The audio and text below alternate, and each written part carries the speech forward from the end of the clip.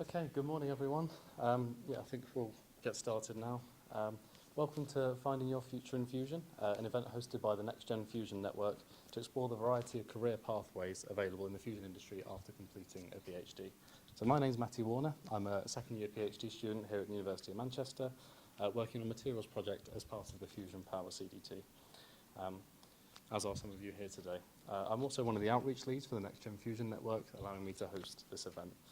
So just a quick bit of housekeeping before we get going. We're not expecting a fire drill today, so if there is one, please exit down the bottom of the corridor there and down the stairwell and just congregate at the lawn at the front of the building. The nearest toilet's located, there's a men's here, and I think there's a women's right at the end of the corridor there. So I want to start by thanking you for coming today. Whether you've travelled by train or just across the city, it's great to see a room of people who share an enthusiasm for fusion. Whether it's the basis of your current studies or something you want to learn more about in a professional capacity, I hope today will be insightful for everyone. And I'm sure many of you have experienced some feelings of maybe isolation as part of your PhD, or if you're fortunate, then you may have just heard about it from somebody else. So the transition from taught courses to completely self-directed study can be a difficult one. And as you become an expert in what can feel like in an unfathomably small niche, questions are bound to pop up in your head about where this is all heading and what you should do next. The question of what to do after your PhD never has a straightforward answer, particularly in an industry like fusion, where so much is happening all the time. Finding the right role for your skill set and interests can feel impossible. Fortunately, we have 4 excellent speakers today who are on hand to provide their expertise in this area. Their experience ranges across many different facets of work within fusion, and so will provide us with some valuable insights from their journeys so far. So to introduce our speakers, joining us today we have Dr. Emma Hume, who completed her PhD at the University of York, focusing on fast electron transport in ultra-intense laser interactions with nanowire targets as part of the Fusion Power CDT. Emma held a postdoctoral research position at the Intense Laser Radiation Laboratory in Italy, before recently returning to York as a postdoctoral research assistant in experimental inertial fusion. Next, we have Dr. Stephen Biggs-Fox, an engineering analyst in the Simulation Research Group of the UK Atomic Energy Authority. Stephen worked for a mechanical and systems engineering consultancy company before completing a PhD on microturbulence in tokamak plasmas at the University of York. Stephen has since been leading the development of electromagnetic engineering simulation capability in support of STEP and the wider fusion industry. Next, we have Dr. Emre Yildirim, who is an assistant chief engineer at Tokamak Energy on the US Department of Energy Fusion Pilot Plant Program, which involves integration of the systems from the breeder blanket to the power generation set. Emre completed his PhD in material science here at the University of Manchester as part of the Fusion Power CDT. Finally, joining us online all the way from Vienna, you'll be able to see her shortly, is Dr. Laura Wheatley, who is an associate fusion engineer at the International Atomic Energy Agency. Laura has a background in material science from the University of Oxford and completed her PhD on characterisation of optimised niobium tin superconductors, also as part of the Fusion CDT. During her PhD, Laura also interned at the Government Office of Science, writing about how the spillover benefits of fusion research in the UK, and is now supporting the development of a fusion platform to facilitate awareness of fusion energy to all 180 IAEA member states. So please give a warm welcome to our wonderful speakers.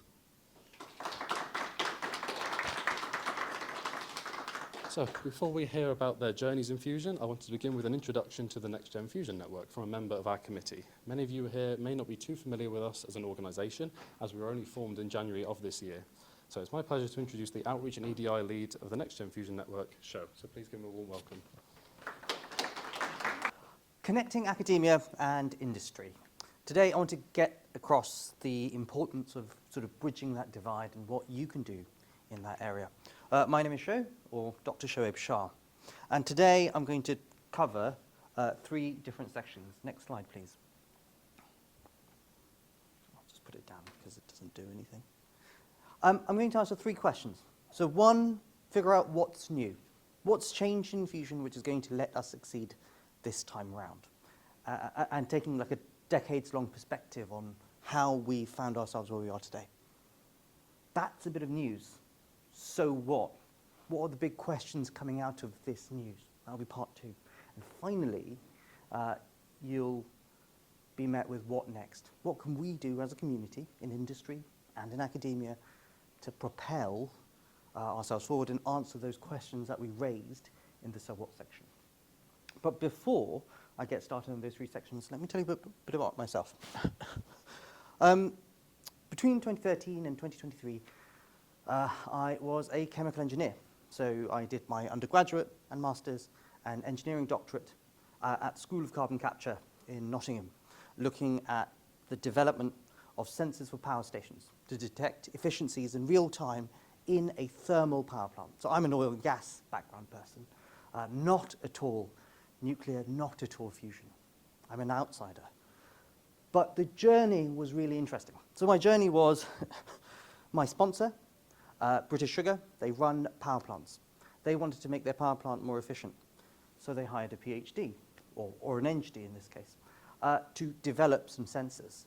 And therein lied the experience of juggling academic demands on one end, excellence, innovation, accuracy of results, precision, and the demands of industry, pace,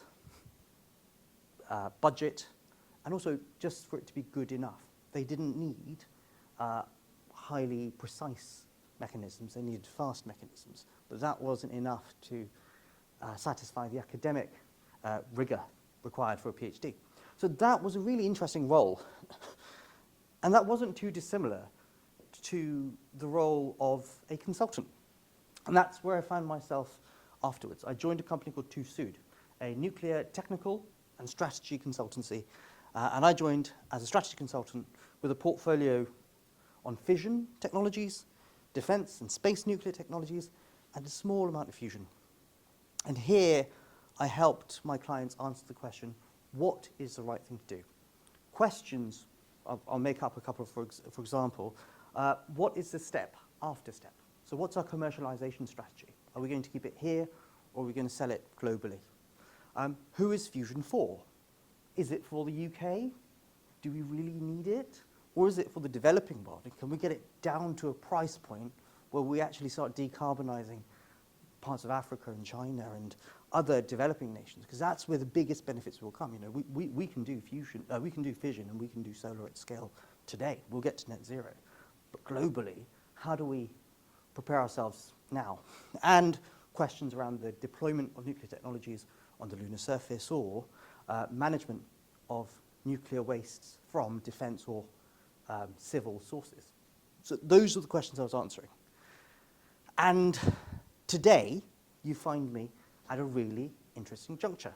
I'm unemployed. So I stopped my job at TwoSud about 3 days ago, and tomorrow I start my new role at Accenture as a management consultant in the nuclear portfolio. So everything I'm going to say today is my view, and I'm here to represent the NextGen Fusion network. But this is just a bit of context as to why this outsider found themselves firmly in the nuclear sphere. Next slide, please.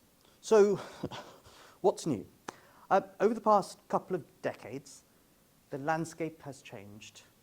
And the old saying, next slide, please, that nuclear fusion is always 30 years away and always will be, is no longer entirely true, or at least I hope to believe. I'm going to present to you a little bit of opinion or evidence as to why that is true. Next slide, please. Back then, by then I mean 20 years, the last 20 years or before that, we had cheap coal. The energy density from coal is really high, not as high as fusion, but it's relatively high compared to solar and wind. It's extraordinarily cheap.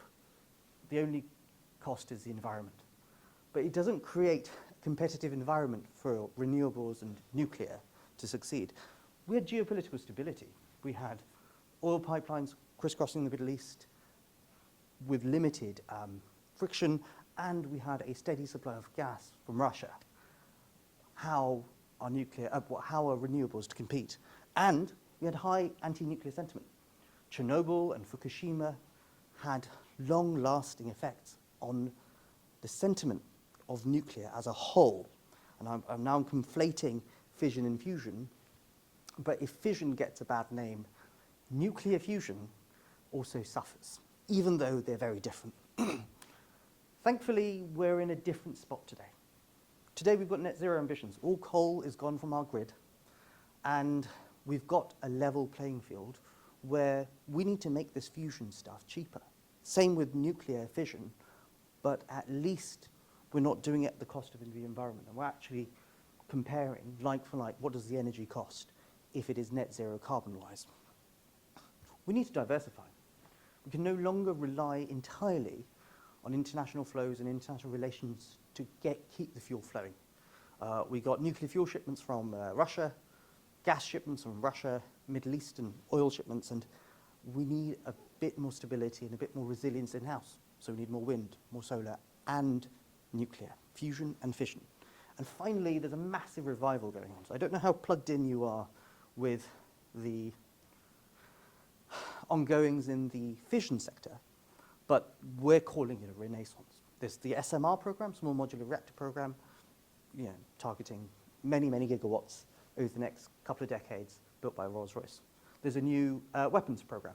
So there'll be new fuels produced for the weapons program, again, instilling that new drive to create nuclear materials, and a new submarines program in partnership with Australia and the US. So again, nuclear is seeing this renaissance. People trust fission. Fusion happens to be the better of the two cousins. It's inherently safer, and the energy density is so much higher. So fission's success is a benefit to fusion as well. So back then, fusion perhaps was consigned to just theory, whereas today we're entering an area of necessity, and that is creating a few questions. Now that factors are aligned, fusion is within reach, but we need to answer a few tough questions. So a confluence of factors have come together. We've seen technical breakthroughs. So breakthroughs in robotics, where we can do autonomous inspections within jet, breakthroughs in 3D magnets controlling the plasma field, and ignition, more energy out than in. Governments internationally are all with us. The UK has committed £2.5 billion for fusion this spending review period, the next 4 years.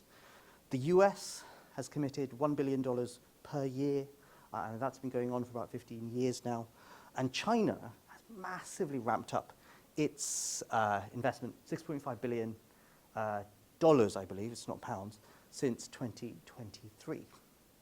Those two work hand in glove. Government gives money to universities, universities make the breakthroughs. Universities and research institutions such as UK IAEA. However, we're seeing a second thing happening, which is an integrated approach and a private-led approach. RACE, the robotics center at UK IAEA, is working with the space sector, and they're working with the fission sector to see alternative applications and spin-outs of fusion technology, but also spin-in things from elsewhere. We've got the ITER collaboration and the IAEA, International Atomic Energy Agency, Authority, I'm not sure, has created the World Fusion Energy Group. And it's complemented by private sector appetite. So Tokamak Energy is entirely, well, is largely privately funded, I believe. Globally, we've seen over $10 billion invested in fusion in the past few years, and new startups are coming. So Commonwealth Energy is one of the leading American bets, as is Helion. This is old news. And what I want to focus on today is around private sector appetite, making the most of the private sector, and how do we integrate those two approaches. Next slide, please. So that was an awful lot of news. And I'm thinking, okay, that's interesting, but what can I do to answer some of those questions? And the answer is fusion needs more than just science. We need more than just technical breakthroughs. Building the step reactor will require a myriad of new capabilities that we don't have yet. Next slide, please. So what do we need? STEP will need new legal and regulatory functions. So who's going to regulate it? Is it going to be regulated by the people who regulate particle accelerators, or will it fall under stringent fission regulation? Engineering and design certainty. We need to move away from, at some point, when it's ready, the experimental phase to a design phase, at which point the design needs to be locked in. When Atkins and other large engineering firms start making drawings, you can't still be in the lab making tweaks. the design process will be an onerous one. The risk appetite will need to change. So again, this was my experience at British Sugar and at Nottingham University. The university wanted to iterate and improve and take on risks, try different fuel compositions in my sensors, change the settings on my sensors, at the risk of it taking a little bit of time, or we'll just extend the budget. We'll spend a few £1,000s more. That was not the risk appetite that matched my sponsor, for example. My sponsor wanted certainty, reliability, consistency, and on time. That same thing will happen with fusion. We will need to have a lower risk appetite within the industry who want to make money or want to commercialize the eventual step or the one after step reactor. So how we think about experimentation and risk will have to change. And finally, we'll need commercial leadership. We've got CEOs who know how to make large infrastructure, railway projects, airports, even fission facilities. But they don't understand fusion. And we've got some of the best academics and professors in the world who know the fusion industry inside and out, as well as you can know this thing, but they don't have the expertise of running major capital programs. So what we'll need going forwards is a combination of the two. In 20 or 30 years' time, when we need the next generation of leaders, they'll have to understand a blend of how to construct a multi-billion, multi-decade program, building a big site, along with having the pulse of what's going on in fusion and what the latest breakthroughs are. Next slide, please. And many questions will appear around supply chains and safety standards and neutral activation, waste management. But I'm going to focus on 4 questions. Next slide, please. Should fusion safety standards differ from fission regulation? That's not an academic question. That's a sort of an industry question and a top-down government question, but it will need to be informed by experts who understand fusion. How do we ensure lithium supply security for breeder systems? My company, for example, in the past did a study on this, looking at the supply and availability of these materials, so TÜV Süd. Which isotope are we talking about? Is there a competitive element with batteries, or is this something we don't need to worry about? Those questions need to be answered, and we need a blend of people who understand economics and markets and supply chains, but also have the intelligence to understand that there's a difference between different types of lithium. And just saying that we'll be competing with batteries is insufficient, or the amount of lithium needed for a fusion reactor is minuscule compared to the amount of lithium demanded for global battery production, so we're fine. Those questions need a combined approach. And again, the same questions around long-term waste. Do we treat it like nuclear waste? Do we treat it like something new? And do the financing timelines match up? If we really are talking 30 years, are the financiers ready to wait until they start seeing a return on their investment? Next slide, please. So industry and academia bring 2 different things. Industry brings business, legal, and operation excellence, and they know how to do big programs. HS2 isn't the best example, but there are many other success stories, such as the Olympics or a lot of the other Magnox power stations we produced in the past, and hopefully SMR, the small modular reactor program. Industry can deliver when uncertainty is low around the design. But academia brings the technical excellence and innovation. We're never going to get a fusion reactor if industry is left alone, and similarly, we're never going to get a fusion step reactor if industry isn't involved, because neither can commercialize fusion alone. Next slide, please. And this is where connecting the 2 worlds comes in. We need industry and academia to work side by side. And that work starts really early on. As PhD students, we need an awareness of what's going on in industry so that your research can complement, mold, and guide where industry is going, and vice versa, be guided by industry. Because sponsors go beyond just UK IAEA. You'll need sponsors from Momentum, for example, engineering companies, and regulators, for example. Next slide, please. And this brings me on to the what's next. What can you do? So a few of us set up a small thing called the NextGen Fusion Network. I'm going to spend the next couple of slides telling you more about it. But next slide, please. It's a hub for enthusiastic, young fusion sector professionals, where we're trying to connect people from government departments, industry, and academia to understand what's going on. Next slide, please.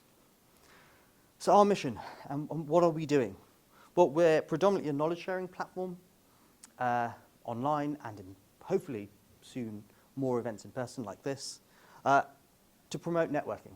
The value of networking being that you can be in the same room at someone at a similar level to you, perhaps someone who's just finished their PhD and is now doing some sort of design work, and understand how your research perhaps could one day mirror that of the design work, or how the designs could be improved by closer networking and just understanding of what the thoughts are within academia. Career development and industry collaboration. So we've got collaborations ongoing with the British Standards Institute. Again, convening people to understand what are the future standards we will need, British standards, when it comes to certifying or approving something being fit for fusion. And again, these discussions are happening within the fusion networks. And the NextGen Fusion Network isn't the only network. There are top-level networks as well. The Fusion Industry Task Force, I believe, and they're working at a government and policy level. So you've got this collaboration at the tops of industry with C-suite level and ministers and directors. But what we need more of is the operational level of designers in industry, policy writers in government, and students and academics in academia working together, so that we can build a network and everyone can gain exposure to what challenges are ahead of us. Next slide, please. Our journey so far, we're an established network. We've been going for a couple of years now. We've led, well, we're industry-led, and we've had many, many seminars. So we had a virtual tour of ITER sometime last year. And yeah, we've done this. And I'm just drawing a blank all of them. But we've had the British Standards Institute collaboration, for example. That seminar was yesterday or last week? Last week. We're about 350 people strong, and we have a consistent presence on LinkedIn. That's where we're starting, so please do follow us there. And we've got collaborations with PhDs and CDTs. Upcoming events, again, yet to be confirmed in the new year, but we're looking to have some sort of collaboration at the Fusion Industry School. We'll be attending the Atom Festival, hopefully, in Abingdon, and then more networking events, such as the one at the University of York. Speaking competition is also an idea that's been floated, and what we invite is any appetite. You know, if you're interested in that, please reach out and ask if we should go ahead and do that, because the Nuclear Institute already hosts a speaking competition for nuclear and fission professionals, but we thought we could do something for fusion. So if there's appetite for that, please reach out and let us know, and we'll sort of try and make that happen. Next slide, please. So I'd like to wrap up what we've discussed so far, and I think we can agree that things have changed over the past 20 years. The facts have aligned, and fusion might be in reach, both from a technical but also a non-technical angle. Industry money, government commitment, as well as technical breakthroughs. Fusion needs more than just science, it needs industry together, and the way we do that is by building a community which bridges those two parts. So yes, I'd like to thank you for listening and invite you to join us. This is a QR code to our LinkedIn group, and hopefully we'll have a good discussion the rest of today. Thank you. Thank you, Sir. That's No great worries. introduction to our network, and I think we've got a flavour now of what we're trying to do here. So moving on to our speakers now, we're going to start with Laura. We just had a few technical difficulties with the Wi-Fi, so keep it over being Start in a couple of minutes. Okay, so now I have our first talk of the day from Laura Wheatley. So please start whenever you're ready. Most of the last talk, apology missed them at the end of it, so hopefully I can pick up on some of the themes that were discussed earlier. So thank you to the previous speaker. My name is Laura Wheatley. I am unfortunately not with you today. I'm currently in Vienna, in a very grey and a bit miserable and cold Vienna, so apologies for that. But delighted I could speak to you anyway. So this is just a bit of the contents of my talk I'm going to go through today. So I'm going to go through my academic background first, what I did in my master's and my PhD, and then the role I've been doing for the last couple of years. So I'm basically IAEA, so this was mentioned in the previous talk. It is the International Atomic Energy Agency, just to clarify from earlier, so I didn't hear that. I'll talk about the work that's been done in the nuclear energy department, a bit of my policy experience during the Fusion CDT that I did, and then how I got from the CDT to the United Nations. I'll do a few key learnings that I got from along the way, and some advice for those considering policy roles. So, as we mentioned earlier, Fusion is not just in a lab anymore. There's lots of different roles that are evolving along the way, and one of them is looking at a policy framework. So, as we look towards deploying commercial energy, we're going to need regulatory frameworks that are in place, and we're also going to need international collaboration to work on key areas where there are still challenges that need to be solved. And on the right-hand side here, you can see the IAEA headquarters, which look a lot nicer in that photo than I think they do today. So a bit about my background. I did my Masters of Engineering and Material Science at the University of Oxford between 2015 and 2019. I wasn't sure if I wanted to do a PhD or not. I actually applied for several different jobs, 20 jobs I think. I got a job at Nestle and I decided that actually that's not what I wanted to do, and that actually I wanted to do a PhD instead. So one of my tutors was offering a PhD in atom probe tomography, and that was a really interesting technique and a really nice group. So I applied for the project. It currently had no funding when I applied for it, and it was on superconductors. So I just thought, this is interesting, nice group of people, let's do it. I then got some funding afterwards, and I realised I was put on the Fusion CDT. So I actually never applied for a Fusion project. It was sort of given to me, which was, I guess, good luck. So yeah, that's how I fell into the Fusion CDT. Not sure how many of you, most of you probably know about the Fusion CDT. So it's a collection of different universities across the UK that have this doctoral training programme for Fusion. And then I've been in the IAEA pretty much ever since. So I handed in my thesis in 2023, and then a month later I moved to Vienna. So I've had two different roles whilst I've been at the IAEA. So Associate Energy Analyst first for a year, and then since then I've been a Fusion Energy Engineer. And if anyone's interested in what my PhD was on, it's a nanoscale chemical analysis of superconducting materials for particle accelerator and nuclear fusion applications. So, a bit about the background of the IAEA. So it's an autonomous international organisation under the UN umbrella. So it's slightly removed from the UN. It's got its own policies, etc. We don't have to do exactly what the Security Council tells us at all times. We've got our own mandate. And we advise on all things nuclear. So it was set up in 1957, 4 years after President Eisenhower's speech on atoms of peace. It was obviously in a world where we'd had the bombings that happened in Japan, and we didn't want to repeat that ever again. And there was also a world where proliferation was a big issue. So the IAEA was basically set up as an international police for nuclear weapons. So the Nuclear Proliferation Treaty, the NPT, covers all our member states, and it tells us that basically no one else can develop nuclear weapons apart from the weapon states that already exist. So it's careful controls on weapons. This is 80% of the work that's done at the agency still, even to this day. It's still in our safeguards department. But over the years we've expanded into different areas and touching on different nuclear topics. So a bit about working at the IAEA. So as I mentioned, we're based in Vienna. We have 180 member states. And with the current political climate, we're one of the few places where you can actually get all the main powers together to communicate with each other. So for example, we can have China, we can have Russia, we can have the US, all at the table at the same time. They get on, but they do communicate with each other. As an IAEA employee, you're an international civil servant. So I'm actually funded by the UK, so I'm currently funded by DESNZ, was previously funded by the Foreign Office as well, but I'm a UN employee. to abide by the International Civil Servant Code. So you need to remain professional and keep your private opinions on political matters out of the workplace.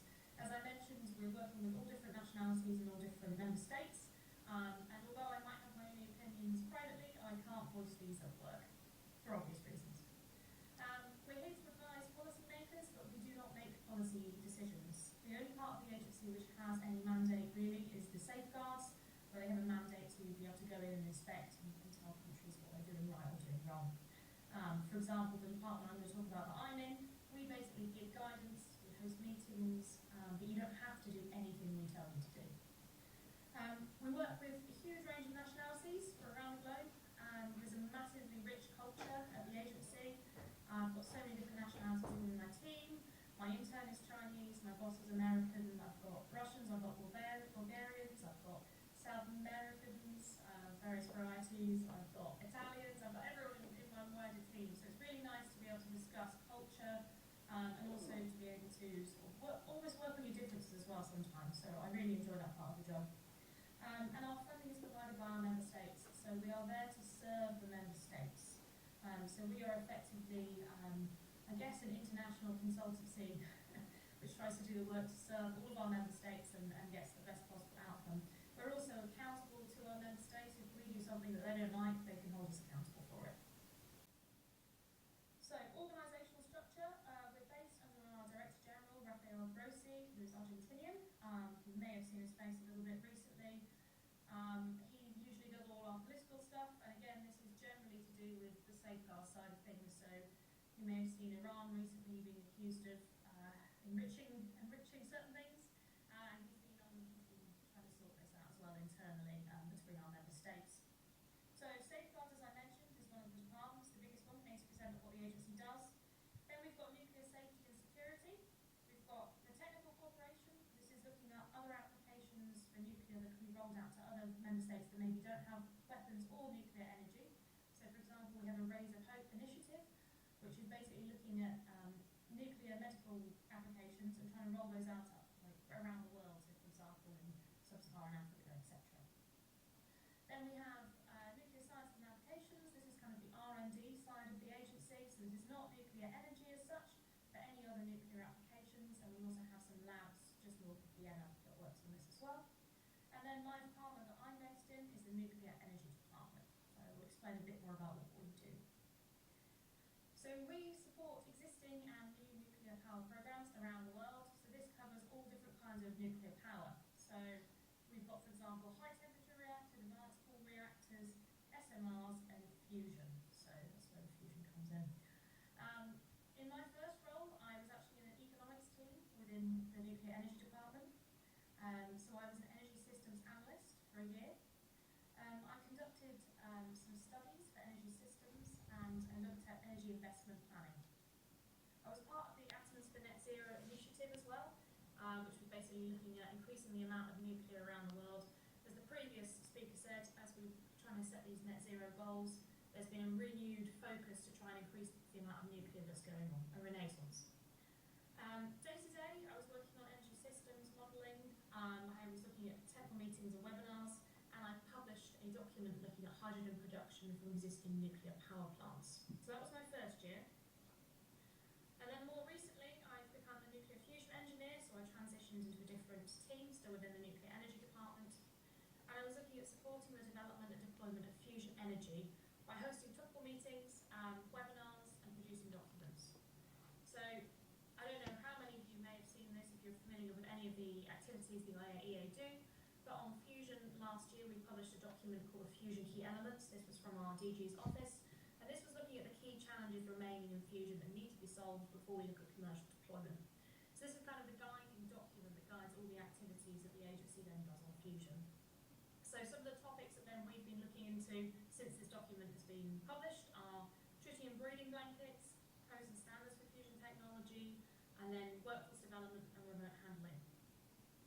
I've been very lucky that I've been able to travel around the world as part of my role in this last year. So I've been at the demo workshop, which is looking at demonstration plants in Amora, Japan. This was in June.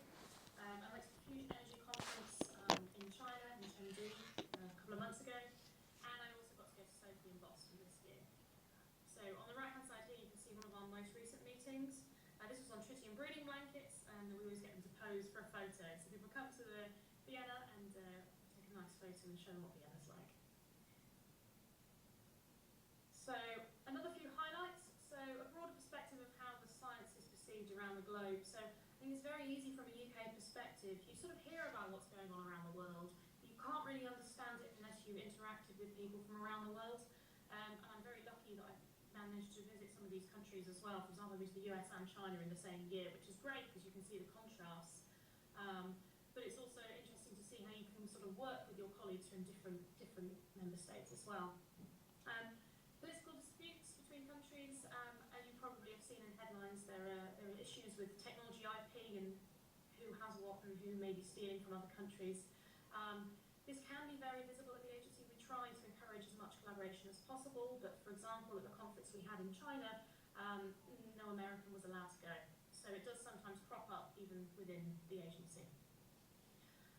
We promote international collaboration across all different topics, particularly technical topics. That's particularly the area where I'm the most passionate.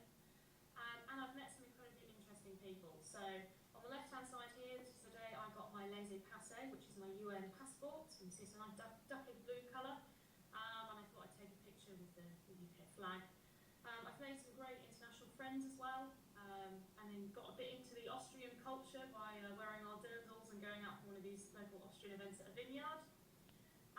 I also managed to go to Sophie, so on the bottom right there you can see I went to a Red Sox game with my colleagues, and then two guys from DigiLab who some Fusion CDT people might recognise as Sid and Dan, who were previously on the Fusion CDT as well.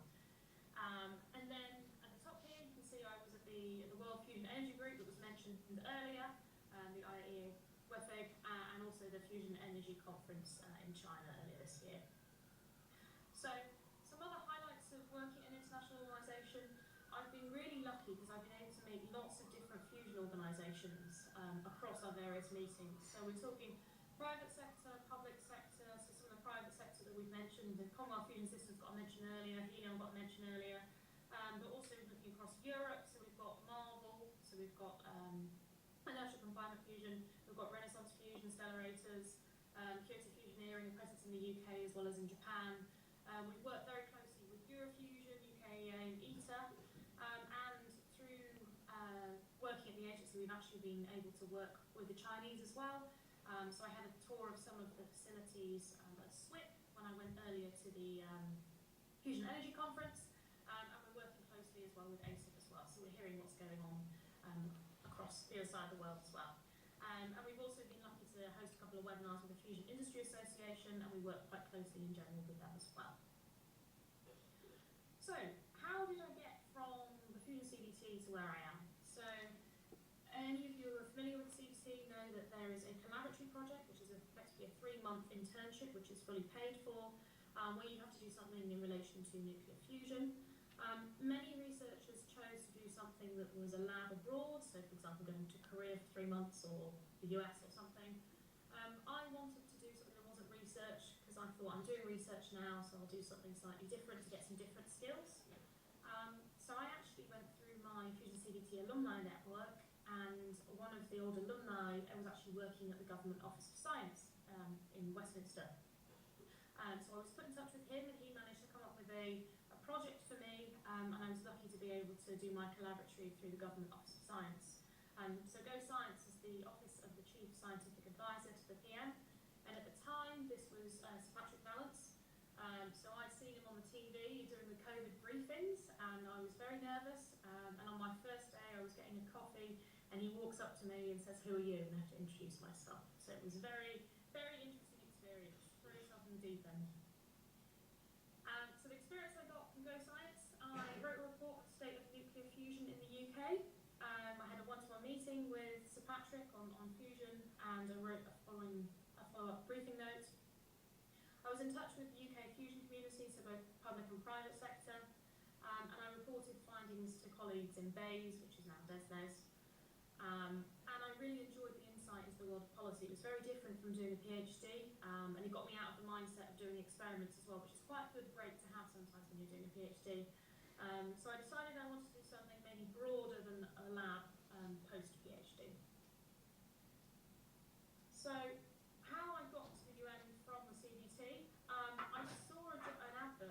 basically, that was sent to me from a fellow CDT student. So I'd made it very clear to all my friends that I was interested in this sort of policy aspect, and they all knew what I'd done. And one of them found a job online when they were searching for jobs and just sent it to me. So I was very, very lucky that they'd even sent it to me, because I'd not considered moving abroad at that point.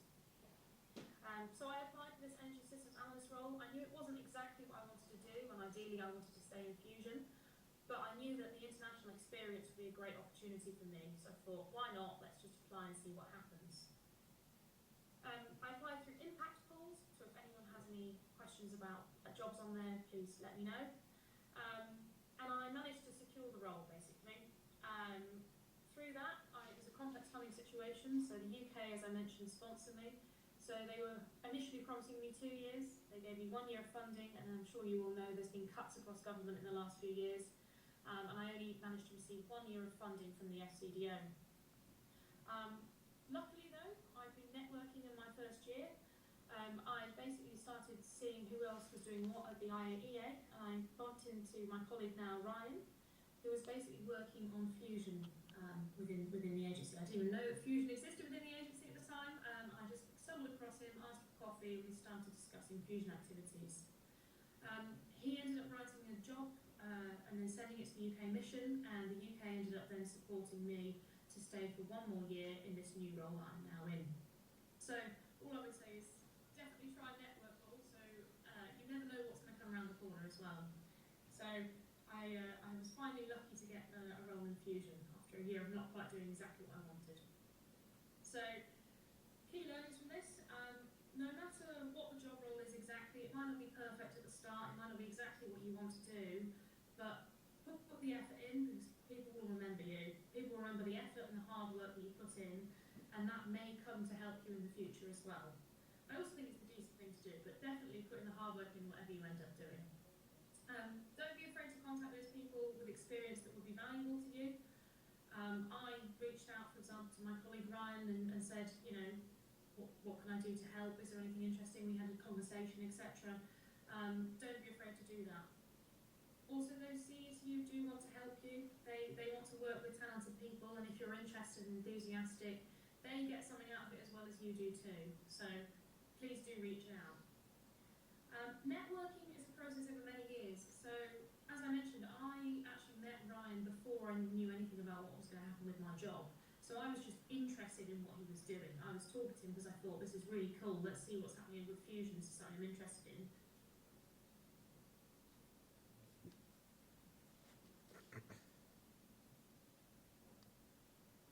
We have lost her there. The next. Oh, can you hear me? Yep, we can hear you, Laura. Sorry, you just cut out for a second there. Okay. And then I would like to say, don't be afraid to hide your personality as well. You need to get on with your team, and you need to make sure that who you're working with is people that you get on with. Personally, if I work with good people, you get more out of me, so it's a win-win for everyone. So that's my advice. And if anyone is interested in policy particularly, it's probably not something that people have considered at this point. A lot of fusion companies, for example, are looking at having policy teams. I know CFS, for example, have a large policy team. Generally, the larger companies do have policy-specific people nowadays. Or if you're looking at government, etc. So I would say get some policy experience to see if you enjoy it. I obviously got a project through the collaboratory, but there are UK RI internships that you can get that are fully funded, so you have to apply for these each year. There's fast stream summer internships. The UN have an internship program as well, so at the IAEA we take people for a year. I'm trying to see if we can shorten that to help people who maybe can only do 3 months. And then I would say reach out to personal contacts. For example, your professor might work with government, therefore they might have a contact, etc. So do use those contacts you've already got. And then prepare for interviews, use your career service, make sure your CV and cover letter align with what they want on the advert for the job, particularly when it's competency-based. And then consider how you want your role to involve policy. Do you want it to be advising government? Do you want it to be in the international sphere, etc.? So I've put some ideas here about impact pool, where I found my job, civil service fast stream, civil service jobs. So I just say thank you very much for listening. This was all the interns during my PhD who were in Go Science, and we all went to do a tour of the Houses of Parliament. So thank you very much, and if you have any questions, let me know.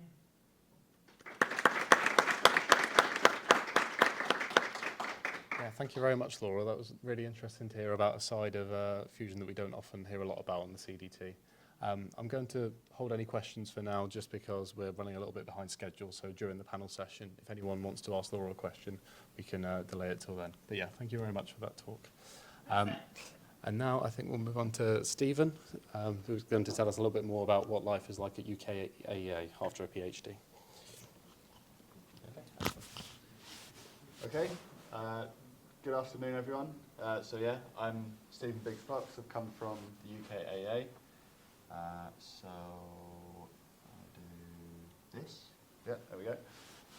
So yeah, what I've got today is a bit about me, overview of my career, some example projects, because I had a career in industry before I worked in fusion. So a few projects from there, a few projects from fusion, what I'm currently working on and my future plans, and then try and wrap it all up with some advice similar to Laura's presentation there. So yeah, a bit about me. So my first degree was in physics at the University of Nottingham, a long time ago now. I then worked in engineering consultancy for a company called Fraser Nash Consultancy for 6 years. So that was mainly in the civil nuclear and defence nuclear fission industries. So working on the reactors that are the engines in submarines, and then obviously power station reactors as well. Did a little bit of stuff in other industries as well. So that was quite a good start to my career because it gave me like a broad introduction to lots of different skills and lots of different industries. I then spent a year working for a software company in the oil and gas industry where I was a software developer. So I'd gotten quite interested in software while I was at Fraser Nash. I wanted to get a bit more into software, so that's why I worked for a software company. I then came back to university. I did a master's in fusion energy at the University of York. Then I did a PhD in fusion through the Fusion CDT. And since graduating from that, I've been working for the UK IAEA, where I've worked on various projects, and I'll tell you a bit more about those later on. One that doesn't get too much of a mention later on is this last one, the Foster Industrial Visiting Academic role. So UKAA have recognised that we're going to need more people working in fusion as the industry starts to grow. So they've agreed this big programme of funding to develop skills and people within fusion. And part of that, they've got an industrial visiting academic scheme where they take people from industry, UKAA and other companies, and send them into a university to give guest lectures and help get more fusion content into the degree programs. And that's actually what brings me here today, because part of that is also helping people with fusion careers and like getting more awareness of the breadth of careers that are available in fusion. So some example projects from industry. So like I said, I worked on submarines. So yeah, the engine of a submarine is a nuclear reactor, so then it can stay under the water for months at a time. So I was doing analysis of what would happen if there was a leak on the reactor. And one thing that I did was I did a placement at the Devonshire dockyard in Plymouth, where the submarines are serviced. And so it's a nuclear licensed site, so if they change anything on the site, they need to record what those changes are and have everything authorised. So I was helping to manage that change process, so I got to meet lots of different, very interesting people. I remember especially the site electrical engineering manager took me into all these crazy buildings where they had great big transformers. And while I was there, I was able to do a tour of a museum submarine and see what it was like on the inside. And there was an active submarine that was in a dry dock up on blocks, and the thing was enormous. It was so big, when you're in the middle, you can't even see to either end because they're bigger than you would imagine. I was also doing analysis of reactors in the fission industry, looking at how the coolant gas would flow through that, and analysing experiments that had been done on a prototype reactor. And then when I was working in oil and gas, basically the software was about drilling for oil, so it would have like geology type equations in there to kind of work out how the rocks are going to behave, and looking at images that were taken from well bores and trying to relate that to the types of rocks that there would be and the likelihood of there being oil. So why then did I switch to fusion? So back when I was working at Fraser Nash Consultancy, I'd basically never really even heard of fusion before. I'd never learned about it at school or in my undergraduate degree, and I was in a nuclear engineering group, and I was sat next to someone who had a poster of ITER. This isn't the exact poster, but it was something like this, right? So they had this poster of ITER, and I'd never seen anything like it before. I was like, wow, this thing is cool. What is this? So he told me all about fusion, and I thought, that sounds really interesting. So I wanted to get involved, but that company was not doing that much fusion work at the time. They were just starting to get into it. And so then the work they were doing was their kind of core competencies, which was like structural engineering, which wasn't really my thing. So that basically they didn't really have any technical work for my area of expertise. So I did help out this person who I was working with. So they were a business manager. Their job was to try and get more business in through the door, and they were trying to get fusion business in. So I was helping them with that, but that's more of a marketing role. I wanted to do more of a technical role. So then I came up with this idea of, well, maybe if I went back to university and did a PhD in fusion, then I can contribute something. I might get a job in fusion afterwards, but even if I don't, at least I've contributed something during my PhD. So that brings me on to the next chapter. So my MSc and my PhD. So yeah, I actually, the first time round I applied for the PhD, but I didn't get onto it. So I was of the thinking that, well, I've got all this industry experience, surely that would count for something. But the feedback that I got was, well, there's lots of students applying with a first in their undergraduate, and you've got a 2-1, so it's that competitive. Also now, looking back, I think my application maybe let me down. It was quite long and quite wordy. You know, this is a lesson learned. You've got to be concise. People haven't got much time. They don't want to spend ages reading it, right? So I did at this point I had a choice of like, do I give up on this idea of fusion, or do I do a master's first? Maybe if I do well in my master's, then I can get onto a PhD.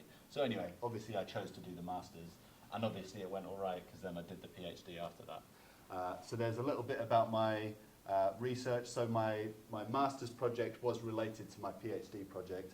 So they're both about gyrokinetics, which is about microturbulence in plasmas. So if you want to read more, my thesis is there. So at the end of my PhD, I'd basically given up on the idea of working in fusion because I was at the University of York. I had a wife and 2 children, and we had a house there in York, and they were kind of settled in their work and their school and everything.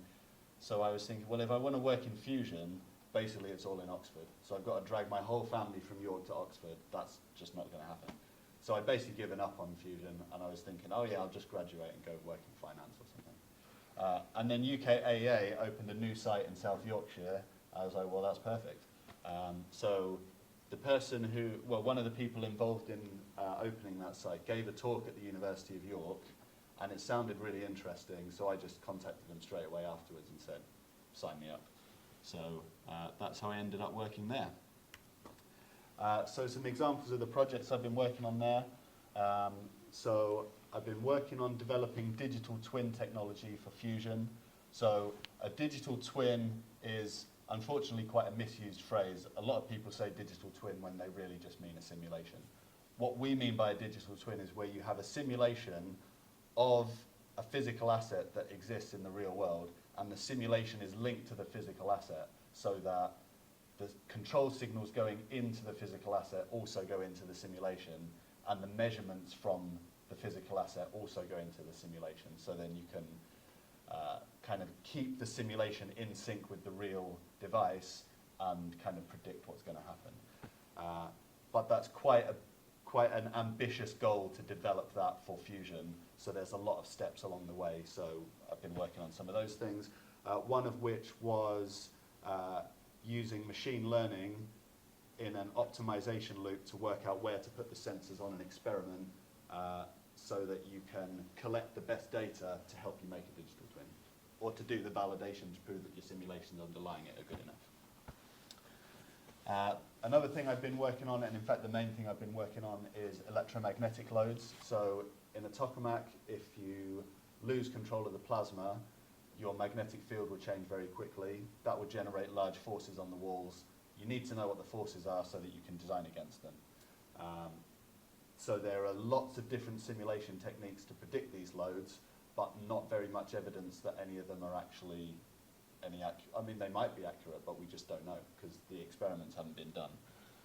So what I've been working on at UKAA is identifying the techniques that are available, trying to work out which ones are likely to be the most accurate, developing test cases of those so that we can test them against an experiment, and we're just now at the point where we can start doing some of those experiments and doing that validation. So yeah, this is basically our strategy for developing electromagnetic loads, that we basically want to have like a range of different tools of different fidelities, and we would focus on the lower fidelity stuff so that then people can use that while we then start working on the next level and so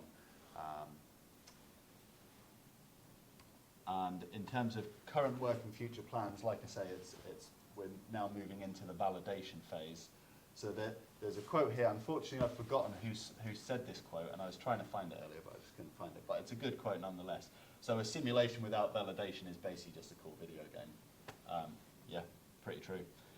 So I've kind of always been interested in validation. Like even when I was working at Fraser Nash Consultancy, and they were doing engineering simulations there, someone said a very good point of, well, you need that validation to prove that your simulation is credible, because without that, like, it's basically just an educated guess, right? But I never really had much of a chance to do it at Fraser Nash because it was all simulation based, and then the same in my PhD, it was all simulation based. And actually that is one criticism that's leveled against gyrokinetics, is that sometimes the uncertainties are so big that you can basically always make it match the experimental data, right? And this is actually a good point with validation. A lot of people just try to say, oh, is it the same within the error bars? Yeah, but then you just make your error bars bigger. So that's obviously not enough. So this is the kind of validation we're trying to do, is like more robust validation of using proper validation metrics and stuff like that. So yeah, if it's safety critical, obviously you're going to need a higher level of validation. And like I say, for EM loads, that basically doesn't exist yet. So that's the gap that we're trying to fill now. So the sort of thing that you would do is like assess how much risk there is in the simulations that you're doing, try and break the system down into like different levels, and then you kind of validate the lower levels first to make sure you can do all the individual things on their own, and then kind of build up your validation evidence from there. So yeah, so we've just started this new project, which is to design and build a validation experiment for electromagnetic loads. So like I say, you've got this kind of hierarchy where your target system is at the top. So that's the ultimate validation, is when you turn the machine on and see, yeah, have I managed to build it in a way that it won't break itself? But you need to do various other levels of validation along the way. So we've got this big experiment at the Fusion Technology Facility in Rotherham that's currently under construction, Chimera. But that will be a very large experiment with lots of different stuff all going on at once. So what we're targeting with this project is the kind of lower level stuff where you can try to isolate one effect at a time. Like, can we get eddy currents correct on their own without any ferromagnetic effects? That sort of thing. And one thing that we're thinking of to do that is this sort of a configuration called a 3-axis Helmholtz coil, where you just have 3 pairs of coils and you can create whatever magnetic field you want in the middle. So yeah, just to try and wrap it all up, so some kind of points of advice that I've picked up over the years. So these are just my personal opinions. You know, you don't have to follow all of this. You know, take the bits that you like and ignore the bits that you don't like. But this is the stuff that makes sense to me anyway. So one thing you could do is maybe try to work out what motivates you. You know, is it money? That's okay if it is, right? Is it academic freedom? Is it helping people? Whatever it may be. And then work out what interests you. Is it the science and engineering? Is it the people management or whatever? And also work out what you're good at. And that combination of those three things will kind of lead you maybe in a particular direction of what sort of job you want to do. So if you're feeling a bit lost, like, oh, what am I even going to do next? That might be a way to start. I got this point here, be optimistic and you'll spot opportunities. So that came up in Laura's talk as well, that thing of just, well, I'll take this job anyway, even if it's not perfect, something else might come up. And then sure enough, she met Ryan and then found that job that way. Similar with me, I'd kind of given up on Fusion, but I still kept going to the talks, and then I found out about the Rotherham facility, and then boom, right, let's go. And then this other point as well, find your balance. There's more to life than work, right? So everyone's balance is different. Some people like to work more, some people like to chill a bit more. So just, you know, do whatever works for you. And it's good to have a plan. It doesn't need to be like a really detailed plan, but at least if you've got a rough plan, that can maybe help lead you in a certain direction. And then, yeah, if you're doing this kind of analysis of yourself and where you want to go and stuff, then you can ask this question, like, what do you need to do to achieve those goals? What's the gap between where you are now and where you want to be? And then that will give you some direction of what do I need to do to get me to where I want to be. And then, yeah, just last few points. So it's as much about the journey as the destination, right? So, I mean, that was it for me with the PhD. I was thinking, yes, I might get a job in Fusion afterwards, but if I don't, actually doing the PhD is, you know, interesting in itself. I'll learn so much along the way, and yeah, it was one of the greatest experiences of my life. I really enjoyed it. So, and yeah, take time to reflect on your performance. So this is the best way to improve yourself. You know, you've got to look back at what went well, what could have been better. And I guess the biggest moral from my story is it's never too late to add new skills or change direction. So, you know, I'd worked in industry for 7 years, and then I decided to just completely change and go work in Fusion, and it all worked out. So you can do it too. That's all. Thanks.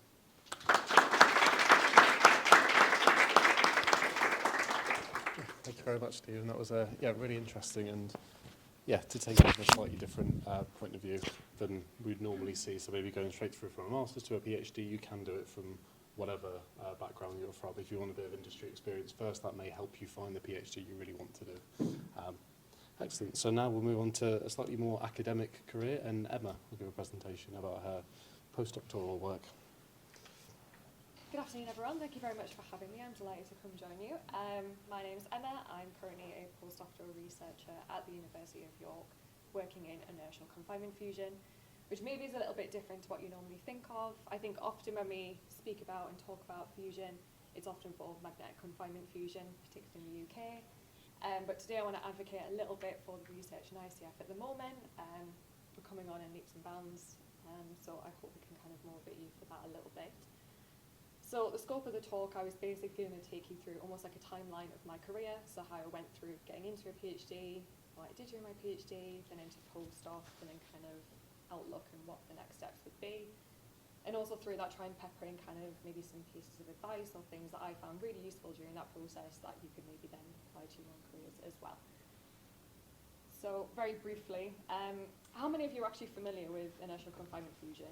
You're kind of vaguely aware what it is? Yeah, okay, this is good.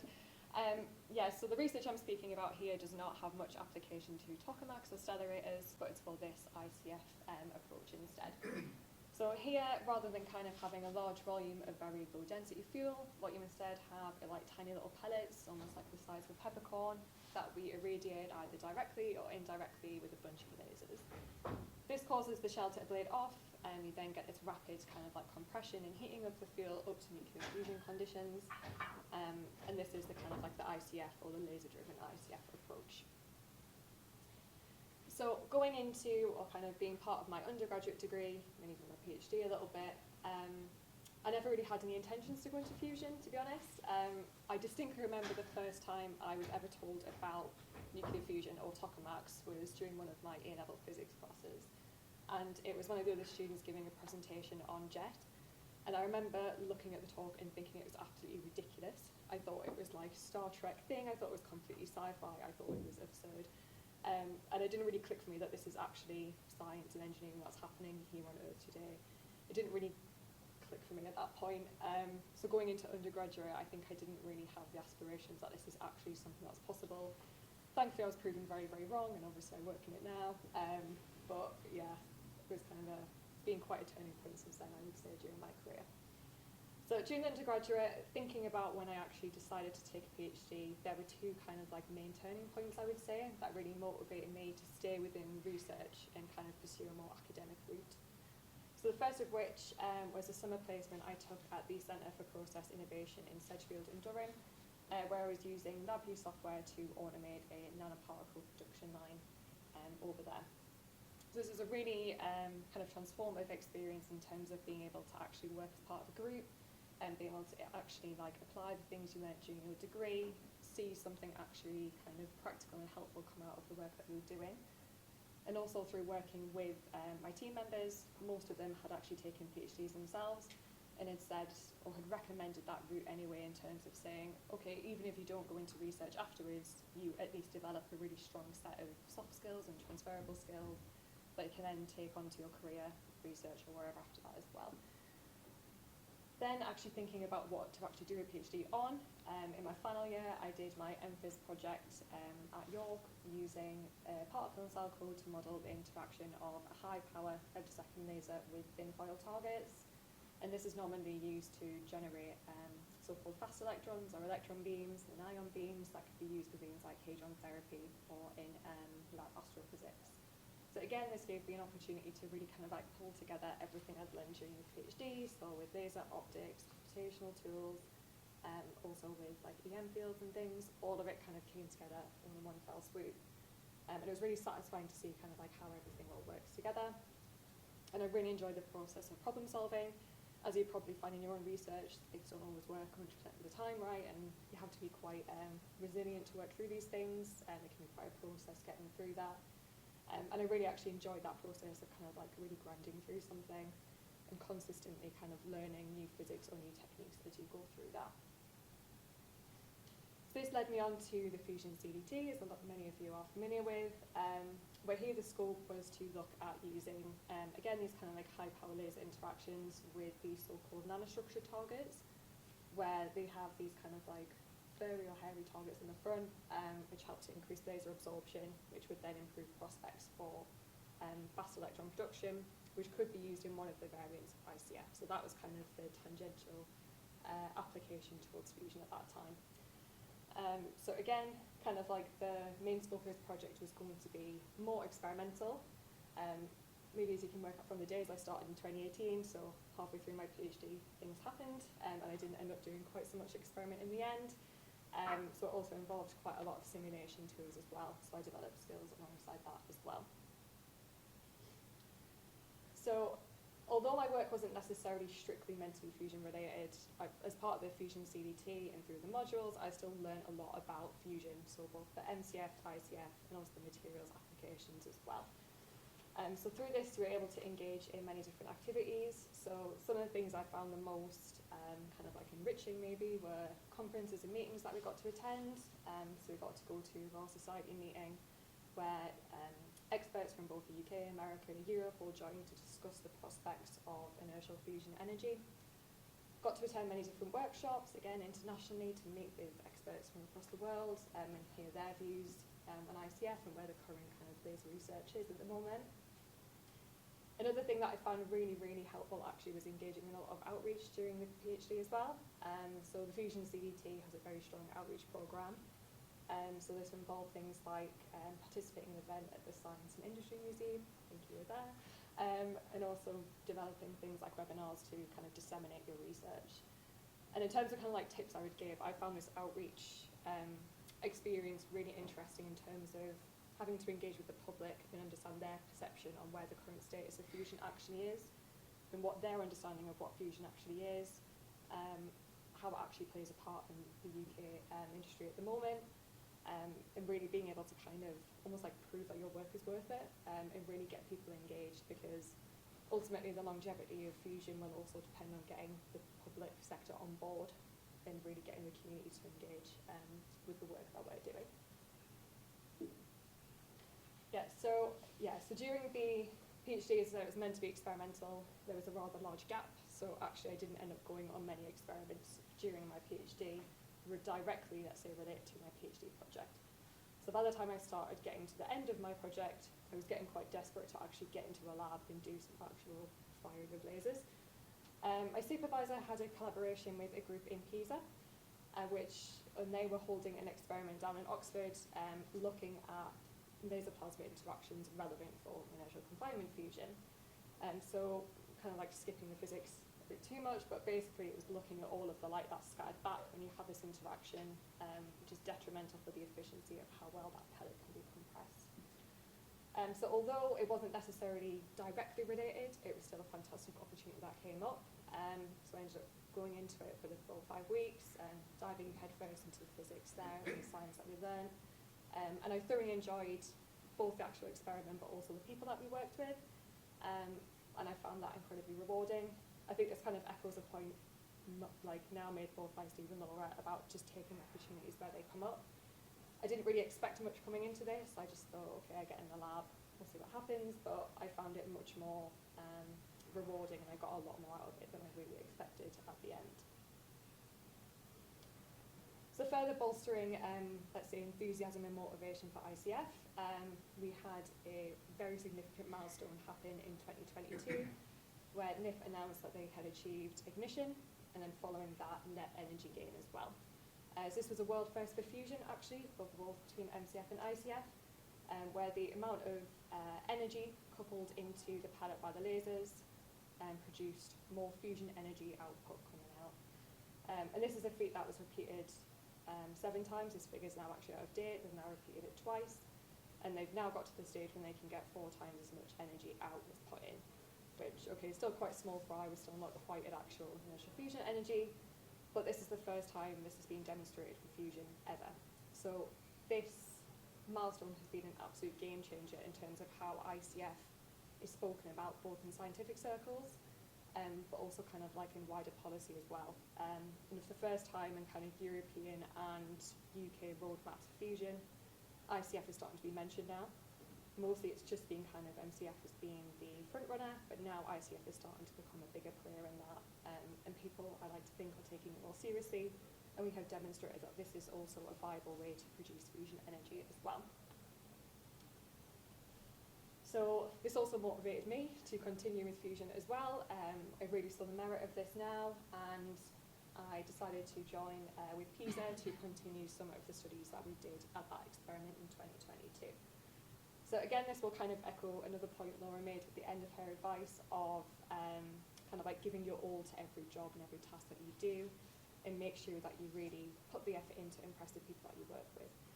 So PISA had actually approached me about the position and said if I wanted it, and that they would be able to hold it until I was ready, basically. And that completely stemmed from my performance on that experiment, which I didn't necessarily have high hopes for in the start.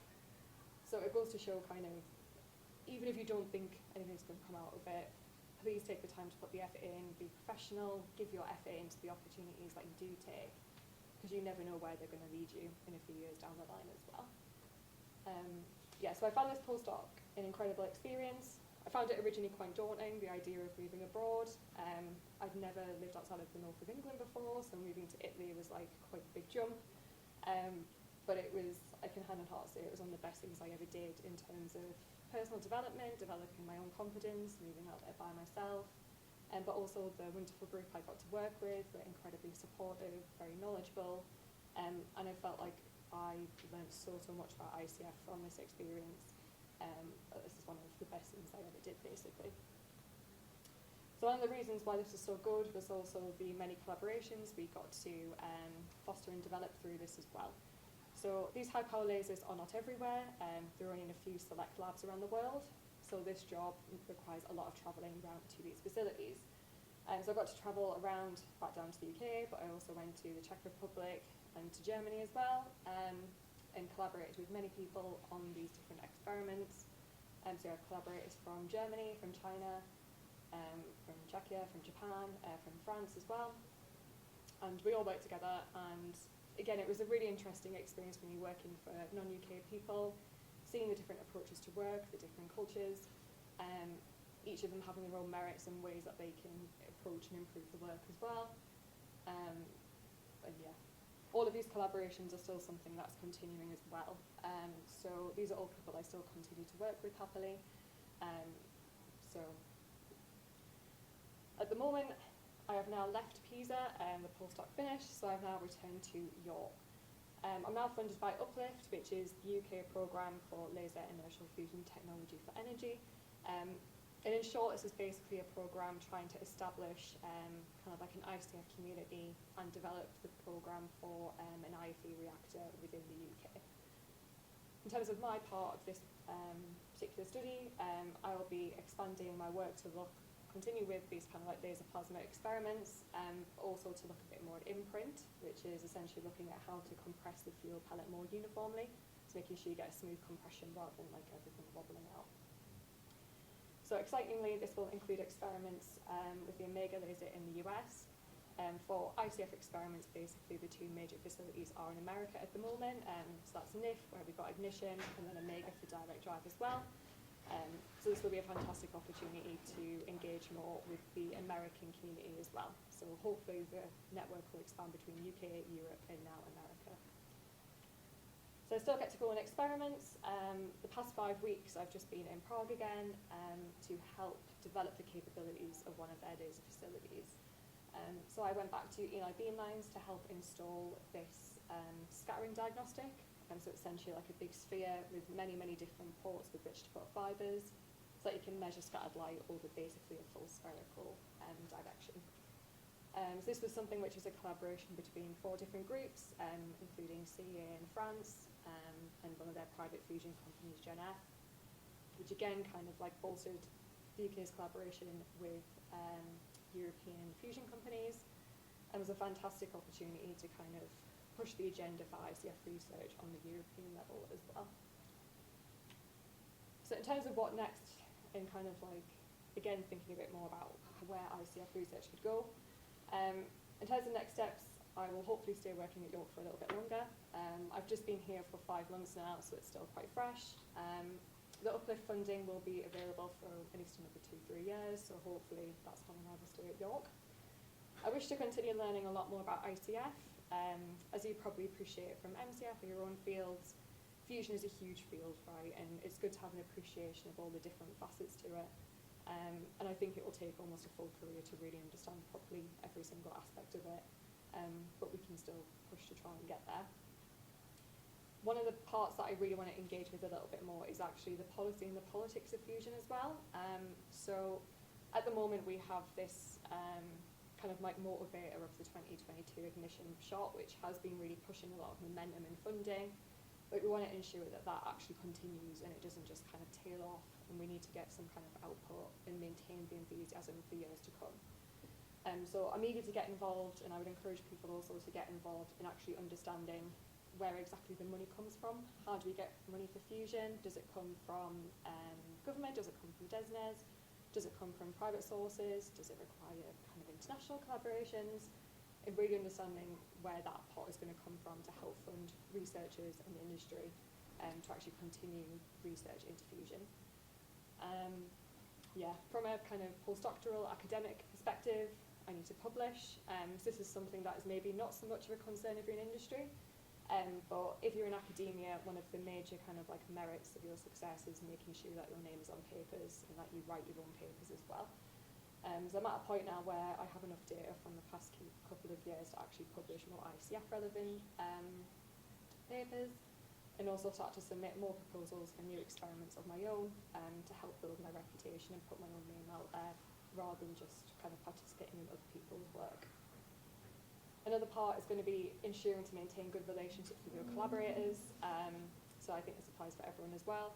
Fusion requires a village, right? It's not going to be just one brilliant mind that makes this happen. It's going to be hundreds and thousands of people working on a project that will get this to happen. So please make sure that you maintain your network, that you engage a lot at conferences and workshops, speak to people, understand what people are doing, where your work can link to them. Try and work on other people's projects as well, maybe. If you can kind of help them out in good faith, they can help you out. And any advice that you can give them and help always impresses, and people will remember when you've contributed something. So if you kind of like general summary again about some more thoughts, I think it's kind of like summarises a bit of what I've mentioned already. But yeah, fusion is a vast field, and it's crucial to have a broad working knowledge of many different facets of it. So this can help you in a myriad of different ways. So when you're thinking about the next role, for example, it's good to understand what like the hot topics are, to kind of understand where the underlying issues are, where they could do with extra people working on it. Also, in terms of your own research, trying to understand how the different parts link together, because I think it can be very easy to get quite pigeonholed into your own research, but you need to understand how that fits into the wider context of fusion, whether it's ICF or MCF. So for example, one application from ICF would be that the use of foams inside the pellet is quite a let's say, hot topic at the moment, to help reduce the effects of that imprint and making sure it implodes uniformly. What isn't known is exactly how the laser will interact with that foam. So whether the absorption will be the same, whether the scattering will be different, how that will be affected as well.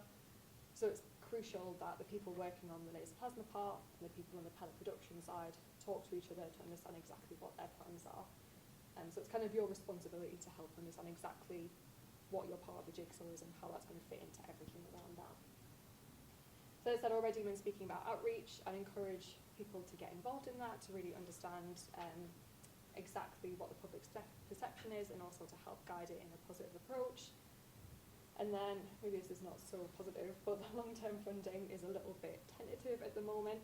I think MCF is a little bit more secure at the moment, but ICF in particular, we've only just been starting to receive our own dedicated fund for money, so trying to understand exactly long-term where that next pot could come from is still a bit uncertain. So in terms of looking at roles in Fusion, I'd encourage you to try and keep open to the options of things like maybe private companies where permanent positions are more available, also moving abroad, which is what I did. It's quite a daunting process, but I promise you it's completely worth it in the end as well. So I think that brings me to the end. Thank you very much. Thanks very much, Emma. That was really interesting to hear about the more academic side of a career in Fusion compared to our kind of industry and policy work beforehand. Also interesting to hear about ICF, as you mentioned, in the UK, very MCF focused. So it'll be interesting to look at that, how that moves forward over the coming years. Yeah, thank you. So we are running a little bit behind schedule, but we'll have the lunch break after our final talk from Emre about his work in tokamak energy. My name is, well, who am I? Important question to answer at the beginning. So my name is Emre Yildirim. I'm an assistant chief engineer at Tokamak Energy. And I basically cover like the integration of some of these areas that are shown up here.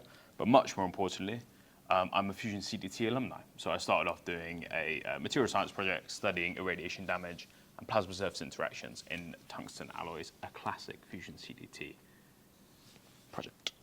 Right, so I'll get straight into it. So career path, we'll go through a little bit about kind of how I got to where I am, and then just a little bit on kind of learnings that I think are important for people to take.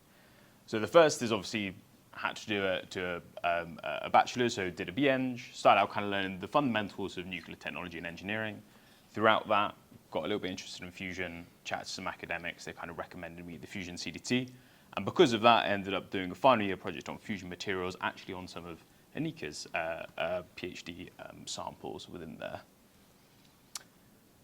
Then after that, wanted to delve into the specifics, so ended up doing a material science PhD, looking at kind of irradiation damage, plasma surface interactions, a little bit of a graphical abstract from there. But I think some of the more important things I ended up doing got much more involved in science outreach, built up more of like the kind of communication profile, also joined the Fusion News podcast. If you guys have ever listened to some of the Fusion updates that the FIA do, I started out on that when it was a much less professional version of what it is now. And from those kind of, I took those two things, both the kind of communication aspect and the kind of fundamentals and specifics. I wanted to get into designing and building something that might actually get made one day, rather than my rather terrible alloys I made in my PhD. So from that, ended up going into a career in industry with Tokamak Energy, which is a fusion company based just down in Oxford. Basically merging the kind of engineering aspects and the material science aspects to support development and manufacture of advanced plasma-facing components. And this is a little bit of a nice video that I've been showing a lot on our social media channels. But effectively, this is our SD40 tokamak that we currently operate. And this is us doing our first kind of set of lithium pulses. So we have a funded program from both DESNZ and the US Department of Energy to look at lithium interactions in our spherical tokamak down in Oxford. And we also got a color camera, and everyone's very excited about that. So they kind of have been shoving this video around everywhere. And about a year into that, I kind of took a more integration role. Tokamak Energy is one of 8 privately funded companies who are on the US Department of Energy's Fusion Pilot Plant program. And within that, I basically took up this kind of assistant chief engineer role, which basically looks at integration of these different aspects of the plant. So this is the blanket, the fuel cycle, and then the kind of broader thermal management systems, and some kind of the electrical and power distribution bits. These are much different to kind of the other areas that I was doing. But I think what I will go into after this is basically around the kind of underpinning fundamentals of these 3 before that allows you to kind of move into some of these spaces that maybe you might feel are a little bit daunting at the beginning. So, a BEng in mechanical engineering. I mean, a lot of you won't find too interesting what one might do in there. But there are these kind of surface level aspects that everyone will kind of cover in mechanical engineering bachelor's. So you do a bit of engineering fundamentals, get to grips with nuclear technologies, collaborative working, get a bit done on kind of nuclear physics. Obviously, you learn the morph transition for your PowerPoints that you do, which you'll see is very evident in this slide here. But they're the kind of fundamentals that kind of come across this. A lot of you might be the first time that you moved away. You have to start to juggle work-life balance. Obviously, you probably lean more on the life than the work when you're doing your bachelor's. You need to understand how to manage your deadlines, get to your first grips with the kind of leadership of teams, even if it's small groups, a bit of communication. And these key ones, how to be resilient when it gets really hard, when you've forgotten to do your projects and you're trying to hand it in the night before, how to ask for help, because these are, you have all these different modules in a brand new space, and that's a real challenge. Then obviously the real big one is obviously when to say no to a night out, which you kind of have to always keep very clear throughout your career.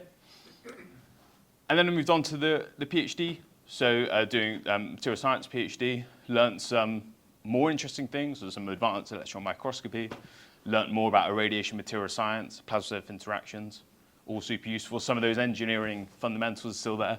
The morph transition is still very much there. But fundamentally, the bits that underpin this are exactly the same. You're still having to balance your work life. You're still having to balance your work and your life. You still have to develop your leadership and communication skills. You still have to ask for help. You still have to be resilient. You still have to say no to a night out. And you still have to manage multiple deadlines. And then I moved into industry, and there was plenty more to do. So, there's getting to grips with more of those engineering fundamentals again, continuing to work on kind of managing a broader team, had to use some of these things that I'd done before, my plasma surface interaction aspects, the irradiation material science aspects, still all there. But fundamentally, the only things that got bigger are the things that stay the same each time, which is that work-life balance, how to be resilient, how to ask for help, how to manage your multiple deadlines, etc. And then I moved up, went into my integration role, assistant chief engineer on Fusion Pilot Plant, super interesting, brand new stuff, coolant purification and delivery, understanding the blanket and the fuel cycle, understanding electrical power generation in pilot and power plants, all super useful, all far more. So you can see the top bit is super crammed now, all this technical stuff that you have to try and learn to do all these things. But the things that underpin you throughout all of these things are exactly the same things. And it's the work-life balance, leadership, communication, how to ask for help. And they stay consistent throughout the entire time that you're working. And the kind of general point I wanted to get across, really, is everything that you're doing now, be it in a bachelor's, in a PhD, is developing all of these skills at the bottom. So whatever kind of career you then go into after, if it maybe feels daunting on the technical side, it feels daunting on the management side, fundamentally you've been developing these skills ever since you started your life at university, ever since you started your life prior to that. So really the key takeaway and the key message from the talk, not necessarily about the stuff that's going on at the top, but is that you guys are developing all of these things at the bottom throughout. So I really encourage you to take all these opportunities that you have on offer to you throughout your time doing your PhDs. So key message, semi-summary is there, but it's the fundamentals that make you, not how much you know. You can always learn the technical stuff. You're all definitely intelligent enough to learn all those aspects. So those are not things that I think you should worry about. You can always do more than you think you can, so I don't think I ever thought that I could cram all those things at the top into my head, but you can. You know, it's just the stuff on the surface of a role, but you always have those foundations that you're constantly developing. And you constantly strengthen all of those aspects throughout your career, and that's something that's been really consistent throughout all the different roles, is that it's those bottom bits that you always have to rely on, not always your technical ability. And very rarely do those fundamentals that you need change across all your roles. So that's kind of the key takeaway message I want from the talk, and I'm going to go over some very quick, some of the best things I did during my time in those aspects, and then some of the worst. So talk to people at every opportunity, follow up, be really needy if you have to, you know, that's absolutely fine. We all understand, I think everyone who's spoken today has spoken about how important that kind of communication and those finding opportunities is. So people know that when you're talking to them, that's what you're trying to do, and that's a perfectly normal thing to do. There are some dumb questions sometimes, but I think the key is that asking them does not make you dumb, and I've definitely asked many. So I encourage you to always do that throughout any of your roles. I know that throughout certainly my role over the last year, learning about kind of electrical systems is not something that I'm used to. I had to ask many a dumb question, despite being in a role where I maybe should have known more about it. And then I think it was actually mentioned in Emma's talk, but keep an eye on the why. So what's the broader context of what you're doing? What's the broader context of what you're doing in your PhD, in your bachelor's, etc. And some of the worst things I did, and these aren't going to be horror stories. If you want those, you can talk to me after. But these are just some things that I really think that if I was going to do my PhD again and maybe consider what I did after again, I think about. So I think you could do it all yourself. So obviously a PhD is something that you do singularly by yourself when you're defending your PhD, when you're writing all your things. But you have so many people around you and you have a network around you who can really support you. And I think you should always look to rely on those as much as possible, because relying on them means they rely on you, and the kind of greater than the sum of their parts aspects comes out. I also underestimated the US national labs, and that sounds really, really specific, but over the past year I've been working with 4 of the national labs in the US, and I knew absolutely nothing about them when I was doing my PhD. I think they're really great. I think they're a great bridge from that kind of academic to industry bit, and I really recommend that as an opportunity to try and take after your PhD, if that's available to you. It's also much easier to get a visa for a US national lab than it is to get a job. And there were some opportunities that I didn't follow up on. And I think, I mean, a lot of us did our PhDs during COVID, and maybe there were some challenges with some of those follow-up aspects. But I think you always want to make sure that you follow up on every opportunity that you have, not necessarily to take the opportunity, but also always to make sure that you're kind of expanding that network that is constantly growing, because that's where you really get the really interesting roles kind of come from. And I think this was mentioned a little bit before as well, is chasing the idyllic opportunity. The next one you might have is not going to necessarily be the perfect role, but as long as it's getting you somewhere that you think might be interesting, you're always going to learn from that role and hopefully get towards that idyllic one, just maybe later than you'd expect it to be. And then I've got very quick points on outlooks on Fusion, and then I'll be quiet and we can have some lunch. So it's a really big opportunity that we have with Fusion at the moment, and there are plenty of roles available. So I really encourage you to think about what skills that you will find interesting in the future and how to develop those. Because you initially have a foot in the door with Fusion, and you can kind of go where you want within that. Through kind of discussions that we're having at TE, certainly with countries around the world, a lot of them are pivoting to do programs more akin to STEP, so less the kind of privately led version that we're seeing in the US. It's going to be kind of not far from kind of an advanced version of maybe a Japanese demo or Korean demo. They're going to follow a lot of the step processes within these. So those are the kind of opportunities that I encourage you to look out for, is kind of within those larger government institutions, because those are going to be the ones that are always going to be part of a lot of these kind of fusion development programs. Similarly in Germany too, I know that's the way that they're going. There's a really big announcement in the US. So the US have announced that they're going to develop, they have just opened the Office for Fusion, moving it out of being under the Office for Science, and that basically gives lots of private companies in the US much more access to funding, like kind of large hundreds of millions of dollars in terms of kind of the loans program, very similar to how fission reactors are being developed now. So that's a really big change.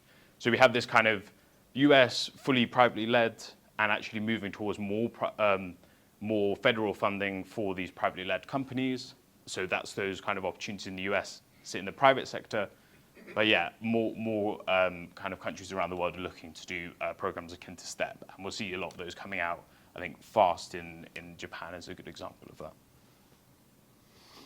And yeah, there are plenty of opportunities for all of you. And it's a truly interdisciplinary field.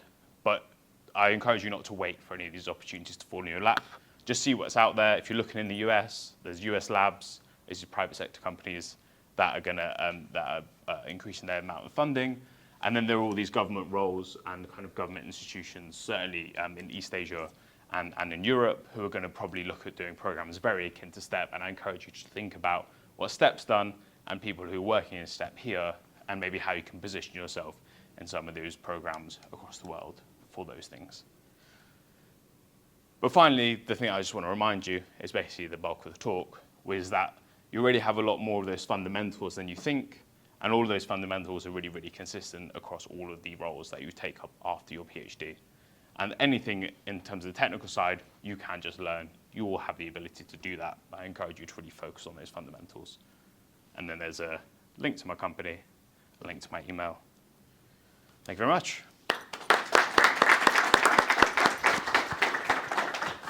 Thank you very much, Emery. That was a whistle stop. Yeah, great to hear about the private side of fusion as well there, and particularly looking at the fundamentals. So not everyone focuses on their own individual research, and like Emma alluded to, being pigeonholed down one particular avenue, but having that kind of context of the wider sector is really important. So yeah, I know we're on a bit behind schedule, but now it's time for lunch. So can we thank our speakers again for their talks this morning?